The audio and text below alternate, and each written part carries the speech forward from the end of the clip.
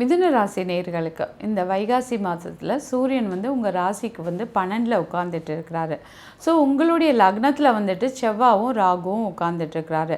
அதே மாதிரி 11வது இடத்துல சூப்பராக சுக்கிரனும் புதனும் இருக்கிறதுனால உங்களுடைய கல்வி கேள்வி அதிலெல்லாம் ரொம்ப சந்தோஷமாக இருப்பீங்க. நீங்கள் உங்களுடைய படிப்பு நீங்கள் நினச்ச படிப்பை படிக்க முடியும், ஆசைப்படுற மாதிரி இருக்கும், படிக்கணும் அப்படின்ற ஒரு எண்ணங்கள் வந்து உங்களுக்கு ரொம்ப ஜாஸ்தியாக இருக்கும். அது மாதிரி தொழில் பண்ணுறவங்க அவங்களுக்கு வந்து வேலை வருமானம் அதெல்லாம் ரொம்ப உங்களுடைய சேலரி நீங்கள் போனீங்கன்னா அன்எக்ஸ்பெக்டடாக நல்ல சேலரி உங்களுக்கு ஃபிக்ஸ் பண்ணுவாங்க. ஸோ அந்த மாதிரி விஷயங்கள்லாம் இந்த காலகட்டத்தில் வந்து உங்களுக்கு நடந்துகிட்ருக்கும். நல்ல ஃப்ரெண்ட்ஸ் வருவாங்க, நல்ல ஜாலியான ட்ரிப் இருக்குது உங்களுக்கு, இதெல்லாமே ரொம்ப இருக்குது. ஆனால் எல்லாத்தையும் நல்லா ஓப்பனாக பேசுவீங்க, தைரியமாக பேசுவீங்க. ஆனால் கூட பிரயாணத்தில் கொஞ்சம் கவனம் தேவை, இல்லைன்னா அப்படி லைட்டாக அடிபடுறதுக்கெல்லாம் வாய்ப்பு இருக்குது. ஸோ அதனால் போகும்போது எதனாச்சும் திருஷ்டி சுற்றி போட்டுட்டு போங்க, லெமன் சுற்றி போட்டுட்டு போனீங்கன்னா கூட பரவாயில்ல, உங்களுக்கு எதுவும் இடி படாது.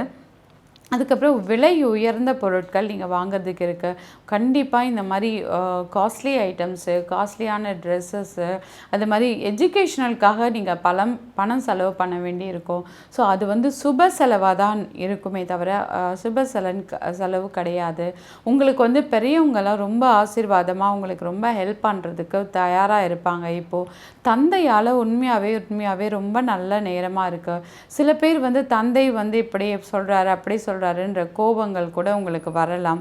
ஆனால் அவர் வந்து உங்களுடைய நன்மை தீமைகளில் தான் அவர் வந்து அம்மா அப்பா 2 பேருமே, ஒருத்தர் மாத்திரம் இல்லை, தந்தை தாய் 2 பேருமே உங்களுக்கு நிறைய அட்வைஸ் கொடுப்பாங்க. உங்கள் மேலே ரொம்ப ஆசையாக இருப்பாங்க, அன்பாக இருப்பாங்க, உங்களுக்கு ஒரு பாதுகாப்பாக கூட அவங்களுக்கு இருப்பாங்க.